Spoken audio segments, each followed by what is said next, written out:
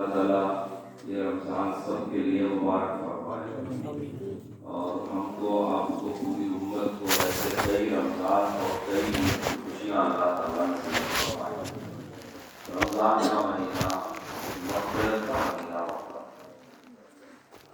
اپنے کام کا تھوڑا سا مختصر کر لینا چاہیے۔ سال بھر 11 مہینے کو کماتے ہیں، کھیتی باڑی کرے رہے تھے، اس کے بعد رمضان آنا ہے، زیادہ وقت اور مسجد میں گزارا، قرآن شریف کی تلاوت میں گزارا، کچھ نہیں تو مسجد میں خاموشی کے ساتھ آگے بیٹھے ہی رہیں، اپنی نمازیں یاد کر کے ادا کرتے رہیں۔ ہم میں سے بہت سارے لوگ جماعت میں جانے کی برکت سے نمازی بنے، ہر آدمی بچپن سے نمازی نہیں۔ اللہ جماعت کے ساتھیوں کو جزائے خیر دے جاتے ہیں اور اپنے بارے میں فکر مند کر دیتے ہیں۔ تو جب سمجھ میں آ گیا کہ دنیا آخرت کی کامیابی اللہ کی چیز میں ہے، جو نماز روزہ زندگی میں چھوٹا ہے، جو گناہ غلطیاں ہوئی ہیں، رمضان میں اس کو معاف کرا لینے کا بہترین موقع ہے۔ اس لیے اس رمضان کو غنیمت سمجھیں۔ پچھلے رمضان میں ہمارے آپ کے ساتھ بہت سے لوگ رہے ہوں گے، لیکن اس ایک سال کے بیچ میں وہ دنیا سے چلے گئے۔ ہر گھر میں کوئی نہ کوئی حادثہ ہوا، اللہ سب کو لمبی عمر عطا فرمائے، لیکن اس بیچ میں کسی کی ماں، کسی کے باپ، کسی کے بھائی، کسی کے دادا دادی، نانا نانی، شوہر بیوی، بچے، بہن، کوئی نہ کوئی دنیا سے چلا گیا۔ پچھلے رمضان اور عید میں وہ ہمارے ساتھ تھے، اب رمضان آیا وہ نہیں، تو کیا گارنٹی کہ آئندہ رمضان تک ہم رہیں گے؟ کیونکہ بوڑھا بھی مرتا ہے، جوان بھی مرتا ہے، بچہ بھی مرتا ہے، صحت مند اور بیمار بھی۔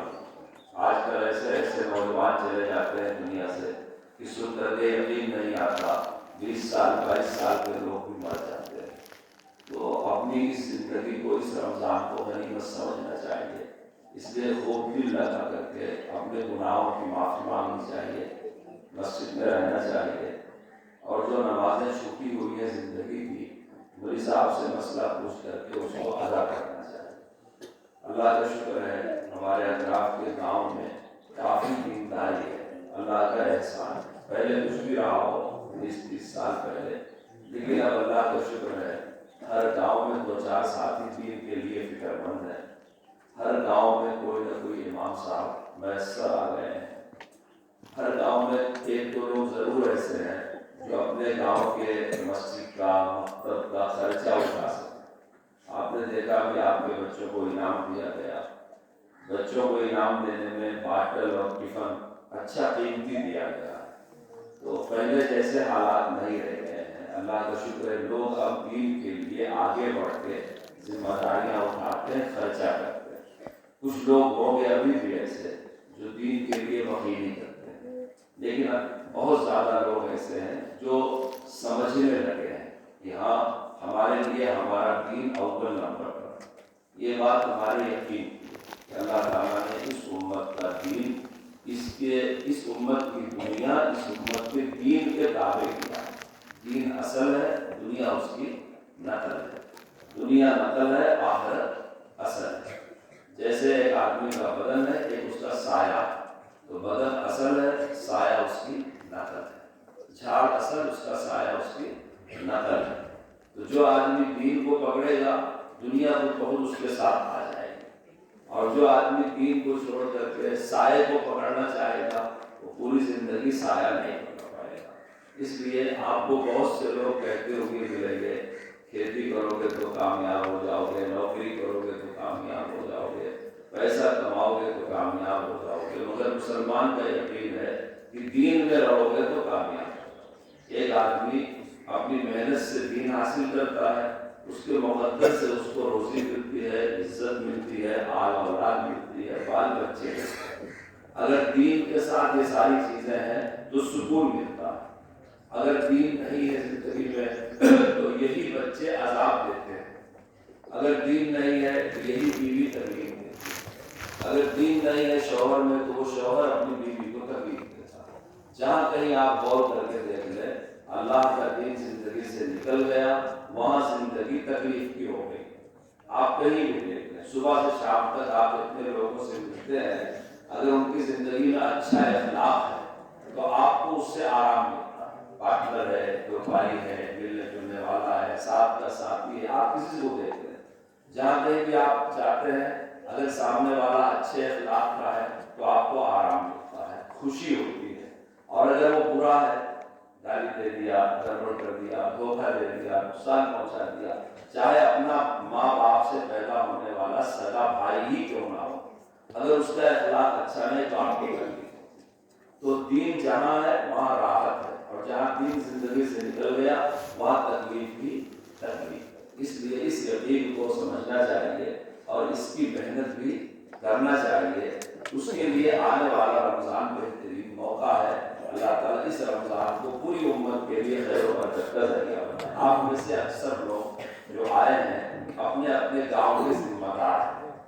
آپ اپنے گاؤں کی مسجد کا، اپنے گاؤں کے مدرسے کا نمبر 1 پر خیال کریں، کیونکہ مسجد دین کا مرکز ہے اور مدرسہ میں دین سکھایا جاتا ہے۔ یہ آپ کا سب سے پہلا کام ہے، یا آپ اپنے گاؤں کی مسجد کو ترقی دیں اور اپنے گاؤں کے مدرسے کو ترقی دیں۔ مسجد ترقی کیسے کرے گی؟ مسجد اللہ کا گھر ہوتا ہے، اس کا پاک صاف رکھنا، وہاں وضو کے پانی کا انتظام کرنا، وہاں لائٹ کا انتظام کرنا۔ پہلے زمانے میں عرب میں چراغ کا دستور نہیں تھا، روم وغیرہ میں چراغ جلتا تھا۔ مسجد نبوی اللہ کے رسول کی مسجد 1500 سال پہلے جب بنی تو دن کے اجالے میں لوگ عبادت کرتے، رات کو اندھیرا ہو جاتا تھا۔ تو ایک صحابی گئے ہوئے تھے دوسرے ملک میں، تو وہاں وہ دیکھ کر کے آئے کہ لوگ چراغ جلاتے ہیں، تو انہوں نے رسول اللہ کی مسجد میں 2-4 چراغ جلا دیا، تو رات کو روشنی ہو گئی۔ اللہ کے رسول نے دیکھا تو پوچھا کس نے جلایا؟ تو صحابہ ڈر گئے کہ ہم نے غلط کام تو نہیں کیا ہے۔ جب 2-3 بار پوچھا تو کہا رسول اللہ یہ کمین داری جو بیٹھے ہوئے انہوں نے جلایا۔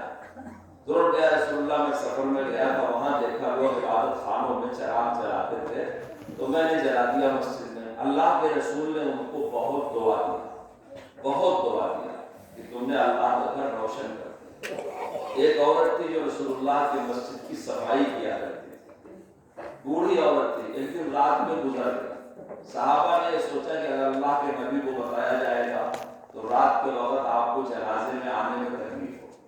ہمارے اسلام کا قانون ہے جیسے آدمی کا انتقال ہو تو اس کو غسل دے دیا جائے، کفن پہنا دیا جائے اور دفن کر دیا جائے۔ تو آج کل آئس کے ڈبے میں رکھنے کا رواج چل پڑا ہے پورے دنیا میں۔ مرنے والا جمعہ کو مرتا ہے، اسے آئس کے ڈبے میں رکھتے ہیں، ہفتہ اتوار کو دفن کرتے ہیں۔ پہلے ایسا نہیں تھا، پہلے آدمی گزرا وہ اللہ کی امانت ہے، اچھا آدمی ہے تو جنتی ہے، اس کو جنت سے دور کرنا اس کے اوپر ظلم ہے، اور برا آدمی ہے اللہ اس سے ناراض ہے تو اس کے اوپر عذاب کے فرشتے ہیں، وہ عذاب والی باڈی کو بھی اپنے پاس رکھنا برا ہے۔ اس لیے اللہ کے رسول نے کہا کہ موتا خود یہ کہتا ہے قدمونی قدمونی، اسے جلدی لے چلو، مجھے جلدی لے چلو۔ لیکن لوگ کسی کو کویت سے آنے کا انتظار کرتے ہیں، کسی کو ممبئی سے، کسی کو بنگلور سے، موتے کو 24 گھنٹے کے بعد دفن کرتے ہیں۔ یہ رواج پہلے زمانے میں نہیں تھا، اسلام میں تو بالکل نہیں تھا۔ اسلام میں تھا ادھر انتقال ہوا، جو گاؤں کے بڑے بوڑھے ذمہ دار ہیں مکان کی جگہ دے دیا، کھود لیا گڈھا، غسل دے دیا، کفن پہنا دے دیا، اس کے حوالے کر دیا، جنازہ پڑھ گیا۔ بلکہ وہ عورت جو رسول اللہ کی مسجد کی صفائی کرتی تھی گزر گئی، تو ان کے محلے والے صحابہ نے سوچا کہ رات میں رسول اللہ کو بتائیں گے تو آپ آئیں گے، آپ کو تکلیف ہوگی، تو بتایا نہیں اور دفن کر دیا لے جائے۔ دوسرے دن رسول اللہ نے پوچھا کہ وہ آتی تھی صفائی کرنے کے لیے، تو صحابہ نے کہا ہے رسول اللہ وہ رات کو گزر گئی، تو آپ نے کہا مجھے کیوں نہیں بتایا؟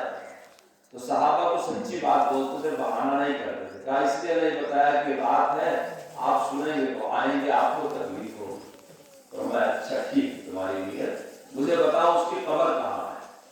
تو اس محلے میں جہاں دفن کیا تھا اللہ کے رسول کو قبر بتایا، تو اللہ کے رسول نے اس قبر پہ کھڑے ہو کے ان کے لیے دعا کی کہ اللہ تعالیٰ ان کو جنت دے، مغفرت دے، ان کے درجات کو بلند کرے۔ تو اب دیکھو جس نے چراغ جلایا اللہ کے جاتا ہے۔ جس نے صفائی کیا اس کو دعا دیا۔ تو مسجد کی کوئی بھی خدمت چھوٹی یا بڑی یہ بہت ثواب کی چیز ہے۔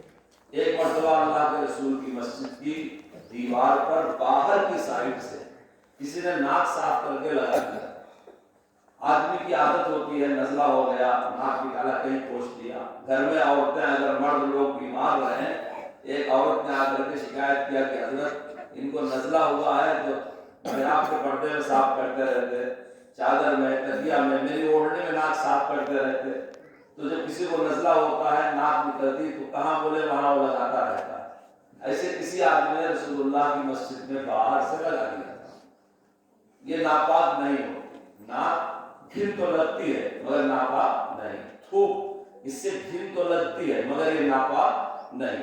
اگر کہیں لگ گیا تو دوسرے لوگوں کو گھن لگتی ہے لیکن ناپاک نہیں۔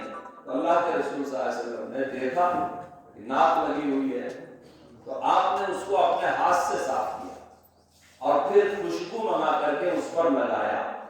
تو میں جتنے لوگ ذمہ دار علاقے سے گاؤں سے آئے سب سے کہتا ہوں کہ آپ کا اپنے گاؤں میں پہلا کام ہے اپنے مسجد کی خدمت کرنا۔ بس وہ مسجد کی خدمت کیسے ہے؟ اس کی صفائی میں، اس کے پانی میں، اس کی لائٹنگ میں، وہاں پینے کا پانی بھی رکھیے، وہاں اچھی روشنی کی چیز رکھیے۔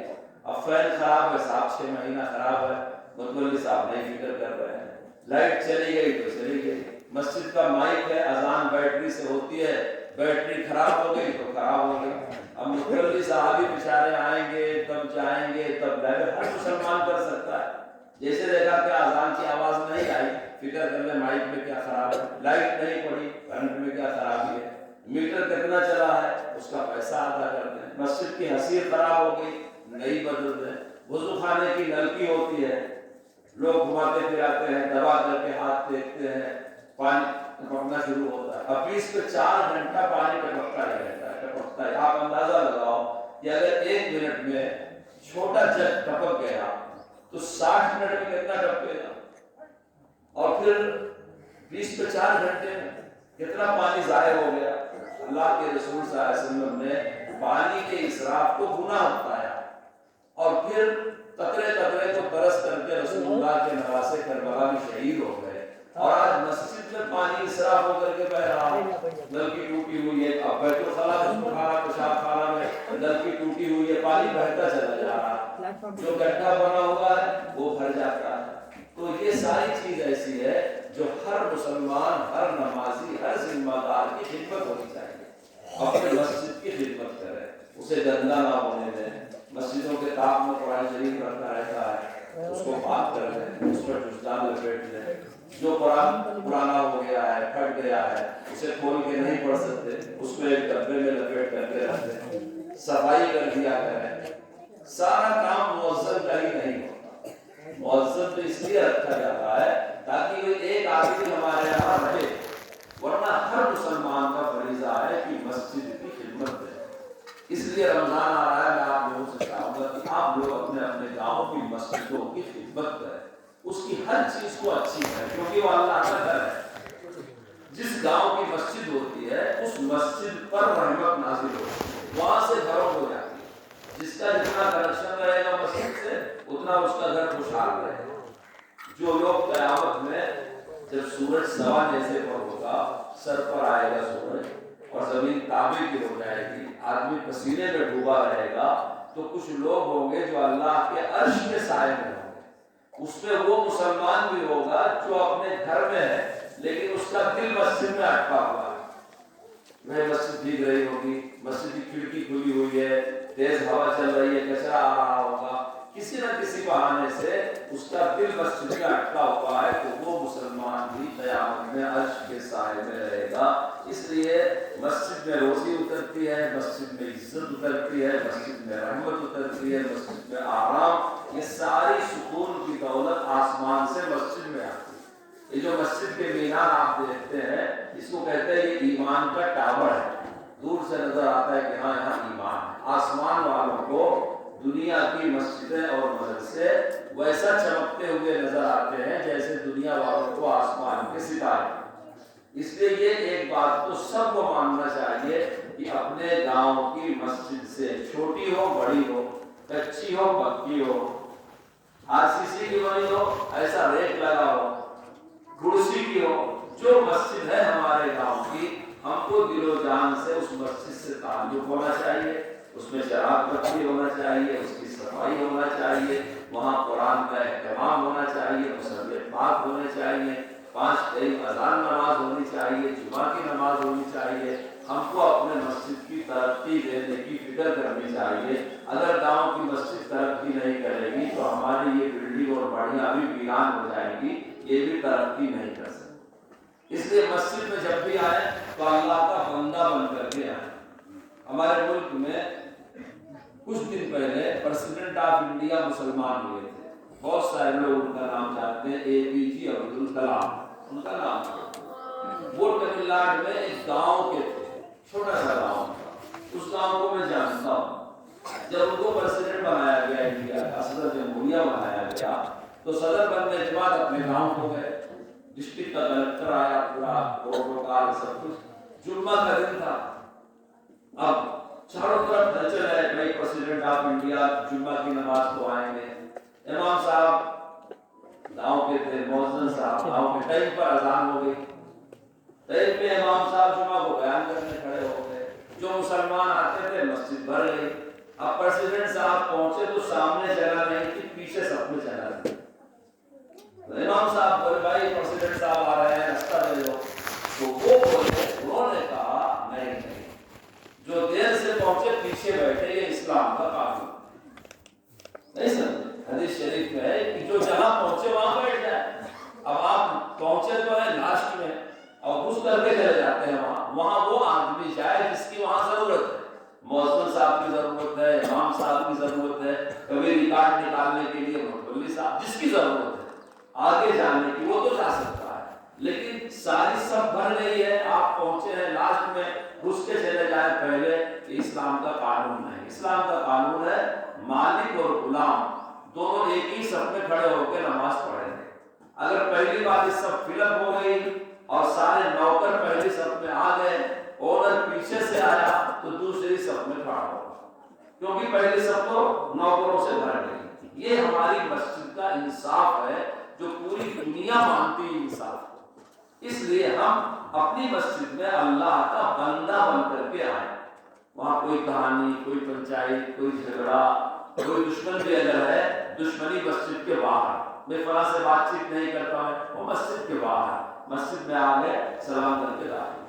کوئی بندہ آ گیا چاہے دشمنی کیوں نہ ہو، اس کو سلام کرو۔ مل جل کر کے رہنا، اتحاد اتفاق سے رہنا، یہ ہمیشہ اچھی بات تھی، ہمیشہ ضروری تھا۔ لیکن اس زمانے میں اور بھی ضروری ہے کہ مسلمان آپس میں مل کر کے رہے، بھائی جھگڑا رہے۔ گاؤں کھیڑے میں چھوٹی چھوٹی باتوں پر جھگڑا رہتا ہے۔ میں یہ نہیں کہتا کہ سارے جھگڑے ختم کرو، لیکن میں اتنا وعدہ سب سے لیتا ہوں کہ مسجد مدرسے کو جھگڑے سے پاک رکھو۔ باہر جتنا لڑنا ہے لڑو، لیکن جب مسجد میں آؤ تو بھائی بھائی کی طرح ہو، جب مدرسے میں آؤ تو بھائی بھائی کی طرح ہو۔ اس لیے پہلی بات میں کہتا ہوں کہ جو ذمہ دار بھی آئے ہیں، چاہے اس کام کے ہو، سٹی بندی کے ہو، سیکم پیٹ کے ہو، آزو بازو کے ہو، ان کو ایک ایجنڈا دے کے بھیجتا ہوں کہ اپنی مسجد کو ڈیولپ، اس کو ترقی ہو۔ اور اس وقت بہت بڑی ضرورت ہے کہ جو بڑے بوڑھے لوگ ہیں وہ جوان بچوں کو اپنے ساتھ لیں۔ ابھی پچھلے دنوں جب یہ قانون آیا تھا کہ مسجد کے ڈاکومنٹ کو آن لائن کیا جائے، تو جن کی عمر ہماری ہے 50 سال 55 سال، ان کو آن لائن کی لائن معلوم نہیں ہوتا۔ یہ جو بچے ابھی انٹر پڑھ رہے ہیں 15 سال 16 سال 20 سال کے، ان کو سب معلوم ہے۔ تو اس میں یہ تجربہ ہوا کہ بڑے لوگوں کو اپنے جوان بچوں کو قریب کر کے سکھانے کی بہت ضرورت ہے۔ آج ہمارے گھٹنے میں درد ہے، سر میں درد ہے، بال سفید ہو گیا ہے، بوڑھے ہو گئے ہیں، ہمیں تو قیامت تک متولی نہیں رہیں گے، تو اپنے پیچھے ہم اپنے گاؤں میں 10-20 نوجوان بچوں کو ایسا تیار کر کے جائیں جو یہ ذمہ داری اپنے کندھے پر لے سکے۔ مسجد کے لیے پیسہ کہاں سے لانا ہے، لایا تو پیسہ پرکھنا کیسے ہے، مسجد کی چیزیں کتنی امانت ہوتی ہیں، ہمارے گاؤں میں جو بچے اور بچیاں ہیں ان کی پڑھائی کیسے چلے گی، ہمارے گاؤں میں جو مسلمان ہیں میاں محبت سے مل جل کے آپس میں کیسے رہیں گے، یہ سب بڑے لوگ اپنے تجربات اپنی زندگی میں جوان بچوں کو سکھانا بہت ضروری ہے۔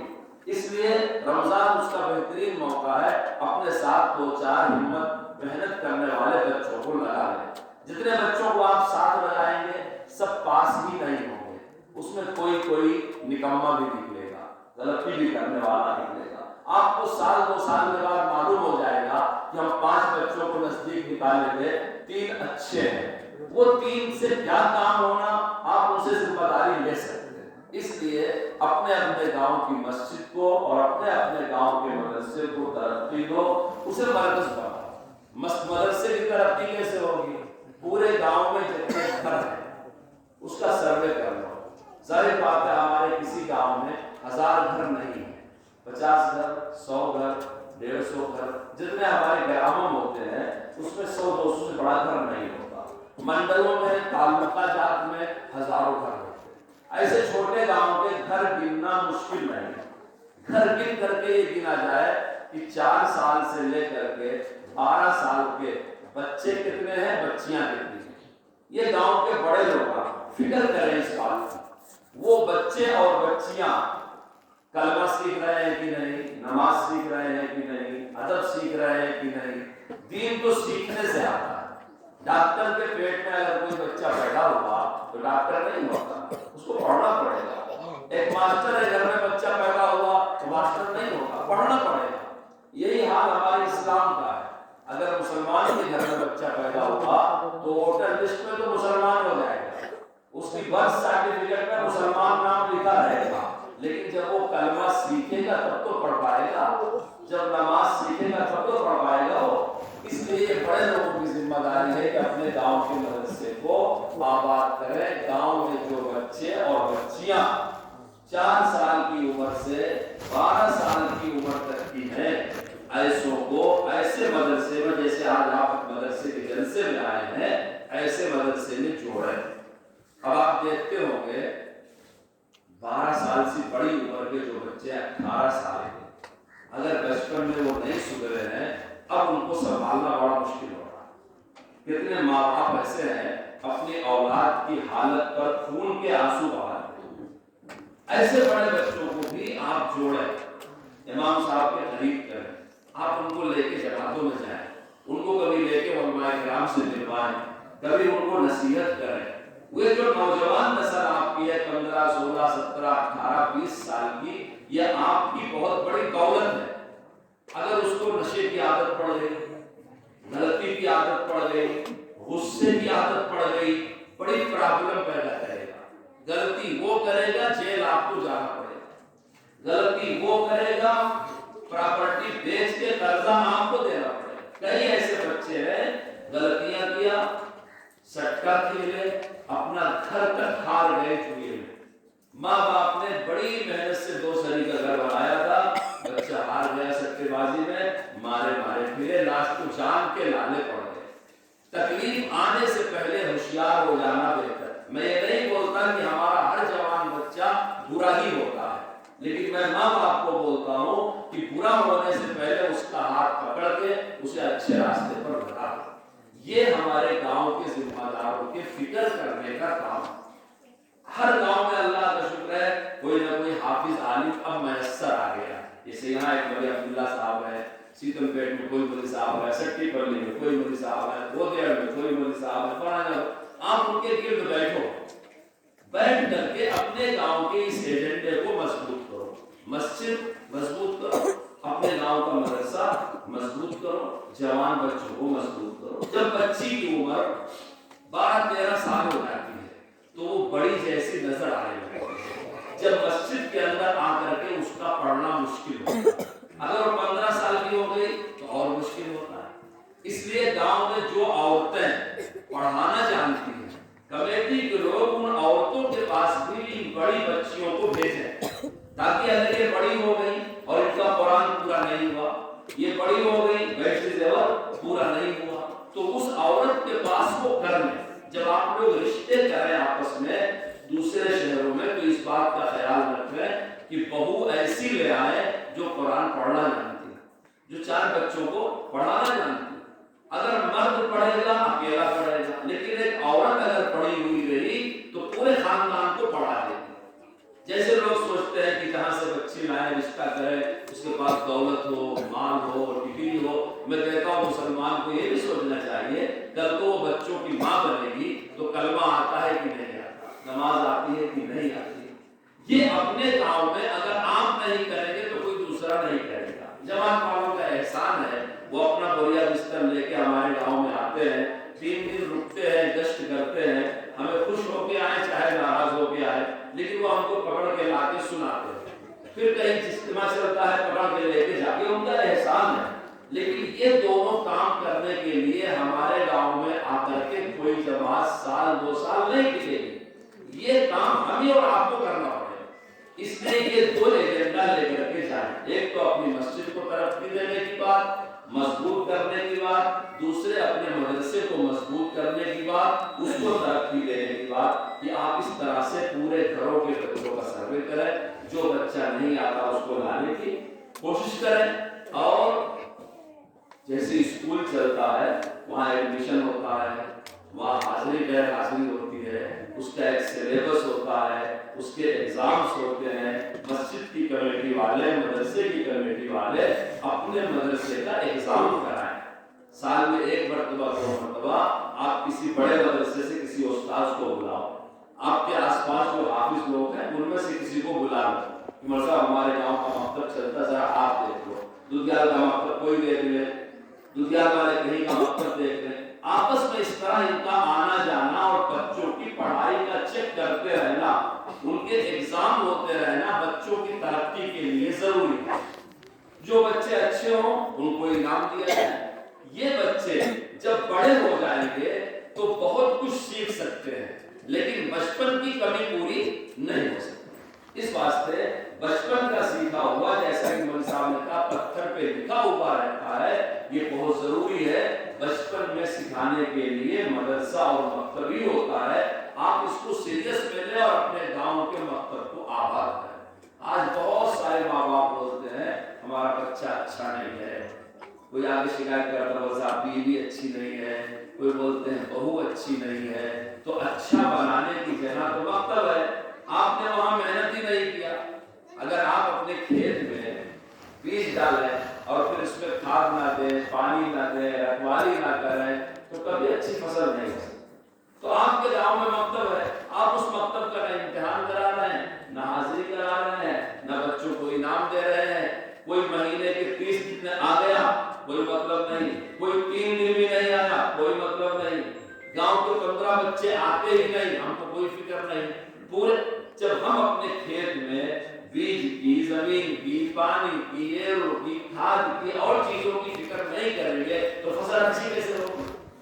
اگر یہاں سے وہ لوگ پیدا کرنا چاہتے ہیں جو ماں کی عزت کریں، باپ کی عزت کریں، شوہر کی عزت کریں، بیوی کی عزت کریں. جتنی زندگی کی آپ کی پرابلم ہے، گھروں کی لڑائیاں، شوہر بیوی کی لڑائیاں، اولاد کی نافرمانیاں، بھائی بھائی کی لڑائیاں، وہ سب نہ ہو اس کے لیے یہ مکتب آپ کا ذریعہ ہے. ایک آدمی وکیل تو بن سکتا ہے لیکن اس کو ماں کا ادب نہیں معلوم ہو سکتا، کیونکہ اس کے جو LLB کا سلیبس ہے وہاں ماں کا کوئی چیپٹر نہیں ہے. ایک آدمی بہت اچھا ڈاکٹر بن گیا، MBBS ہو گیا، MD ہو گیا، اس کے میڈیکل کے سلیبس میں باپ کا کیا مقام ہے کہیں پڑھایا نہیں ہے. ایک آدمی B.Ed کر کے ماسٹر بن گیا، اس کی پوری ماسٹری کے سلیبس میں بھائی کا کیا حق ہے نہیں پڑھایا گیا. تو بیوی کا حق کیا ہے، بھائی کا حق کیا ہے، ماں کا حق کیا ہے، باپ کا حق کیا ہے، یہ ہمارے اسکول کالج کے سلیبس میں ہے ہی نہیں. یہ پڑھایا کہاں جاتا ہے؟ اب یہاں ہمارا بچہ نہیں پڑھے گا تو نہ وہ ماں کو پہچانے گا نہ باپ کو پہچانے گا. پھر ماں بڈھی ہو جائے گی تو لے جا کر کے اس کو اولڈ ایج ہوم میں چھوڑ دے گا. باپ بڈھا ہو جائے گا، اس کی پرورش نہیں کرے گا. بیوی کو بیوی نہیں سمجھے گا بلکہ بیوی کو غلام سمجھے گا. حضرت رسول اللہ صلی اللہ علیہ وسلم نے صحابہ کو ایک قصہ سنایا، بڑا عجیب و غریب قصہ. کہ پرانے زمانے میں ایک آدمی تھا، وہ بڑا نیک تھا، بڑی عبادت کرتا تھا. دریا کے کنارے، پوری دنیا سے الگ ہو گیا. عبادت کرتے کرتے کرتے کرتے دنیا سے الگ ہو گئے. ایک ندی کے کنارے اپنا گھر بنایا, نہر کے کنارے 24 گھنٹہ وہاں پڑھتا, ذکر تسبیح تلاوت, برے کام میں نہیں لگا. اس کی ماں کو یاد آیا کہ میں, یہ قصہ بخاری شریف میں, اس کی ماں کو یاد آیا کہ میرا بچہ کمرہ بند کر کے عبادت کرتا ہے, نیک ہے, بھوکا ہوگا, کھانا کھلانے جا رہے. ماں تو تڑپتی ہے نا, اولاد کو نہیں پتہ چلتا, چاہے بیٹا کتنا بھی بوڑھا ہو جائے, بڑا ہو جائے, ماں باپ تڑپتے ہیں.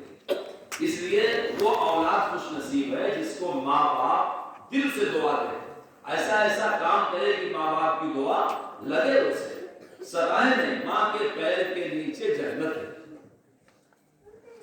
تو ماں کو یاد ہے کہ میرا بچہ کمرہ بند کر کے اللہ اللہ کر رہا ہے, عبادت کر رہا ہے, بھوکا ہوگا. وہ بیچاری بھوکی کھانا پکا کے لے. وہ آدمی کا نام اللہ کے رسول نے بتایا جریج تھا, جریج.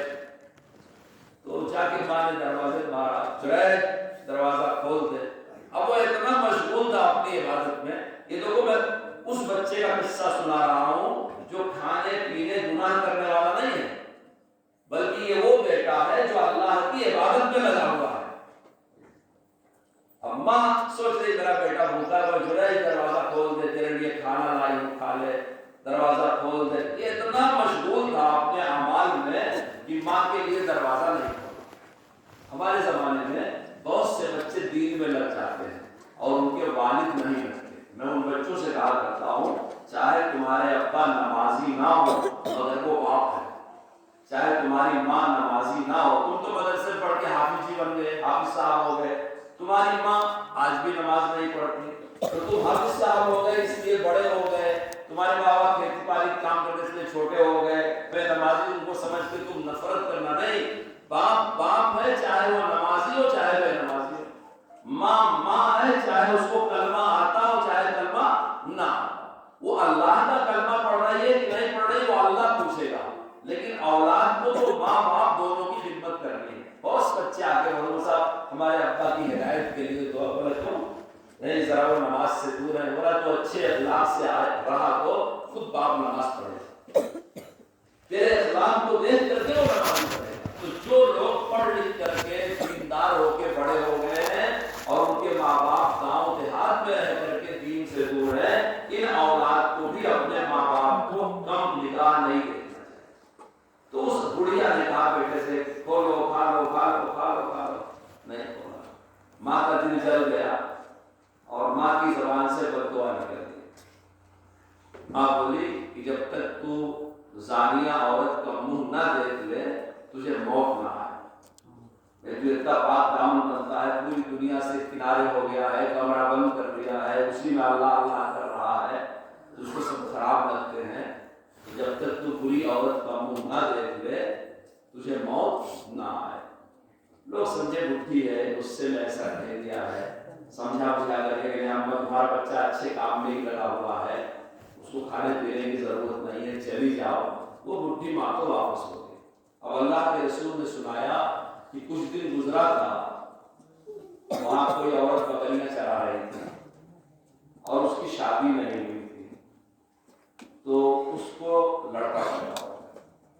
اب گاؤں والوں نے اسے پکڑا کہ بھائی یہ کیا ہوا, تیرے تو نکاح ہوا نہیں اور تجھے اولاد ہو گئی. تو اس بکریاں چرانے والی نے یہ سوچا یہ بڑا اللہ والا ہے, بڑا بزرگ ہے, اگر اس کا نام لے لوگی تو لوگ مجھے معاف کر دیں. وہ تھا دوسرے کا, تو اس نے کہہ دیا کہ جو کمرہ بند کر کے عبادت کرنے والے ہیں یہ انہی کا رہا ہے.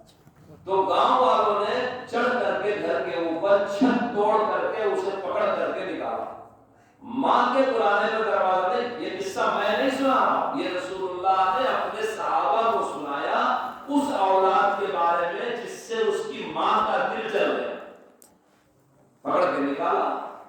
بولا میرے کیا قصور ہے؟ اب سے جب سنا کہ اتنا بڑا طوفان چل رہا ہے تو تعجب بڑھے. میں تو کسی کی صورت ہی نہیں دیکھی آج تک, میں تو زمانہ ہوا گھر بند کر کے اللہ اللہ کر رہا ہوں. لوگ پکڑ کے لائے, بچے کو بھی اور اس عورت کو بھی. بولے یہ کہہ رہی ہے ماں کہ یہ بچہ تیرا ہے. جب کسی کی عزت دیں، وہ کتنا پہنچا ہوا رہا، کتنا بڑا آدمی تھا، کتنا بڑا ولی تھا، کہ اس نے اسی بچے سے پوچھا، جو دودھ پینے والا بچہ جو 4 دن کا تھا، اسی لڑکے سے پوچھا کہ بیٹا تیرا باپ کون ہے؟ اب قوم والے کی سمجھ میں آ گیا کہ اگر یہ بچہ بولتا ہے تو اس کی کرامت ظاہر ہوتی ہے۔ بچہ بول دیا، وہ بچہ بولا کہ میرا باپ فلاں چرواہا ہے۔ اب گاؤں والوں نے اس سے معافی مانگی کہ بھائی غلطی ہو گئی، یہ میں تو جھوٹ بولی تھی، تو نے تو دودھ پینے والے بچے کو بلوا دیا۔ اللہ کے رسول نے یہ پوری کہانی صحابہ کو سنا کر کے یہ سمجھایا، اتنا پہنچا ہوا آدمی جس کے کہنے سے دودھ پینے والا بچہ بول پڑا، اس سے بھی اگر ماں کا دل جل گیا تو ماں کی بددعا اسے لگ گئی۔ اب اس کے بعد تو کوئی بات نہیں رہ جاتی۔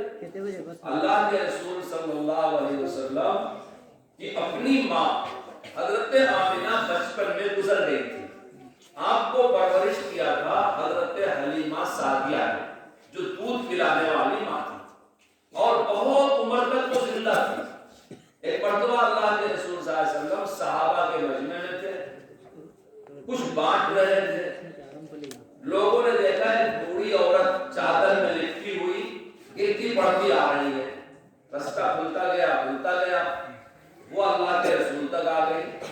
جب اللہ کے رسول کی نگاہ پڑی اس بوڑھی عورت پہ تو آپ نے اپنے بدن کی چادر نکال کے بچھا دی اور اس پر اس بوڑھی عورت کو بیٹھا دیا اور اپنا کام چھوڑ دیا اور اس سے پیار سے باتیں کرنے لگے۔ مدینے والے نہیں پہچانتے تھے، کہا یہ کون بڑھیا ہے؟ تو دوسرے نے کہا کہ یہ وہ بڑھیا ہے حلیمہ سعدیہ جس نے رسول اللہ کو دودھ پلایا، ان کی پرورش کی۔ ہمارے مکتب کی کتابوں میں یہ قصہ لکھا ہوا ہے۔ میں آپ سے بولنا چاہتا ہوں، آج جتنے ماں باپ شکایت کرتے ہیں ہماری اولاد اچھی نہیں، جتنی عورتیں شکایت کرتی ہمارا مرد اچھا نہیں، جتنے مرد شکایت کرتے ہیں ہماری جورو اچھی نہیں، جتنے بھائی شکایت کرتے ہیں میرا بھائی اچھا نہیں، تو اچھا بنانے کے لیے جو مدرسہ ہے یہاں آپ نہیں بھیجیں گے کیسے اچھا بن جائے گا؟ آپ مرچی کی کھیتی کر کے پھلی کھودنا چاہیں تو کیسے نکلے گا؟ جب آپ یہاں بھیجیں گے، اور یہ بچہ یاد رکھو اگر کسی کی اولاد نے زیادہ نہیں 2-4 مہینہ بھی اس مکتب میں پڑھ لیا، بڑی بڑی کتاب نہیں، ابھی مولوی صاحب نے کہا نورانی قاعدہ، نماز کا طریقہ، اذان اقامت جمعہ عیدین، اتنا بھی سیکھ لیا تو انشاءاللہ اس میں انسانیت رہے گی۔ تھوڑا بھی سونا، اگر 1 گرام سونا بھی ملا ہے تو ہے نا قیمت اس کی زندگی جو بالکل دین سے خالی ہے۔ 1 گرام سونا آ گیا تو قیمت آگے لے جاتی، بالکل اندھیرا کمرہ ہے، اس اندھیرے کمرے میں 0 واٹ کا بلب جلے گا تو بھی اجالا ہوگا، 1000 واٹ کا جلے گا تو بھی اجالا، 500 واٹ کا جلے گا۔ تو یہ ہمارا جسم ہماری آل اولاد کا نورانیت سے، دین سے، قرآن سے، ایمان سے خالی ہے۔ یہاں بھیجو گے تو بھرا جائے گا۔ جب یہاں اس کے اندر کم سے کم اگر 0 واٹ والا بھی اندر چل گیا تو انشاءاللہ نہ ماں پر ظلم کرے گا، نہ باپ پر ظلم کرے گا، نہ اس کے سوچنے کا انداز دوسرا ہوگا، وہ دنیا میں جہاں بھی رہے گا خوشحال رہے گا اور انشاءاللہ اس کی آخرت بھی اچھی رہے گی۔ یہ میں سارے گاؤں والوں سے کہتا ہوں، خالی دنیال والوں سے نہیں، شبیال والے، سیتم پیٹ والے، نلگڑ پلی والے، سرٹی پلی والے، جو بھی ہے، آپ اپنے گاؤں میں جا کے 3 کام کرو۔ ایک تو اپنی مسجد کو ڈیولپ کرو، ایک اپنے مدرسے کو ڈیولپ کرو، دوسرے اس مسجد اور مدرسے سے گاؤں کے ہر گھر کو جوڑنے کی کوشش کرو۔ یہ آپ کا ایجنڈا ہے، آپ کا یہ کام کوئی دوسرا نہیں کرے گا، اور جب آپ یہ کام کریں گے تو انشاءاللہ آپ کے جان مال میں برکت ہوگی۔ دین کی وجہ سے اللہ تعالیٰ دنیا کی بھی دولت دیتا ہے۔ کرناٹک کا ایک گاؤں ہے، بہت غریب گاؤں، 20 روپے میں لوگ مزدوری کرتے، 20 روپے باسی کھانا ڈال کر کے مرچی کی روٹی کھاتے تھے اور کپاس نکالتے تھے۔ پورے گاؤں میں کرسیاں نہیں تھی، گاؤں والے نماز روزہ کچھ نہیں جانتے۔ اتفاق سے ہمارے ایک مولوی صاحب پہنچ گئے، دوستی ہوئی گاؤں سے، کرناٹک کا گاؤں، 1-2 بچوں کو لے آئے، وہ حافظ بنے، پھر ان کی دیکھا 30-40 بچے ہمارے پاس حافظ بنے، پھر اس میں سے بہت سے بچے عالم بنے، پھر بہت سے بچے دارالعلوم سے پڑھ کے اور بڑے عالم بنے۔ ان کے گاؤں میں دینداری آنے کی برکت سے پورے گھر پکے ہو گئے، مسجد بڑی بن گئی، وہ دوسروں کے ہاں نوکری کرتے تھے، اب کھیتوں کے مالک ہو گئے، پڑھ لکھ کر کے بچوں میں کئی بچے وہاں کے میرٹ پر ڈاکٹری میں دیے گئے، گاؤں کا اسکول ترقی کر گیا، بنگلور میں وہ بچے آج اس گاؤں میں آپ جائیں گے 30 سال پہلے اور 30 سال کے بعد والے گاؤں کو پہچان نہیں پائیں۔ تو دین اپنے اندر بڑی برکت رکھتا ہے، اگر آپ دین کی محنت کریں گے انشاءاللہ آپ کی دنیا خود بخود اچھی ہو جائے گی۔ اس لیے میں ہر آدمی سے کہتا ہوں جو پیسے والے ہیں ان سے بھی کہتا ہوں، اگر آپ نے مسجد مدرسے کو کم نگاہ دیکھا اور اپنے بینک بیلنس بڑھاتے رہے، مال بڑھاتے رہے، گھر ترقی کرتے رہے اور اللہ کے گھر کو آپ نے پیڑ چھوڑ دیا تو وہ بھی سلامت نہیں ہے۔ اس لیے اس کی حفاظت کے لیے اس کی حفاظت کرنا بھی ضروری ہے۔ مجھے بہت خوشی ہوئی ڈاکٹر کا پروگرام دیکھ کر کے، اللہ مجھے عبداللہ صاحب کو ہدایت خیر دے، جنہوں نے بڑی محنت کیا۔ میں گاؤں والوں کو مبارکباد دیتا ہوں کہ آپ ان کی بات مانتے ہیں۔ اس سے پہلے آپ نے ماشاءاللہ باجی وجہ بھی رکھوائے، رسم رواج رکھوائے، بہت سارے گناہ کے کام ہوتے تھے، آپ نے بڑے صاحب کی بات سن کے اس کو اسٹاپ کیا۔ ظاہر بات ہے جو بات وہ بولتے ہیں ان کے باپ دادا کی نہیں ہے، میرے باپ دادا کی نہیں ہے، رسول اللہ کی بات ہے۔ ہم بھی ان کے غلام ہیں، امتی ہیں، یہ بھی ان کے غلام اور امتی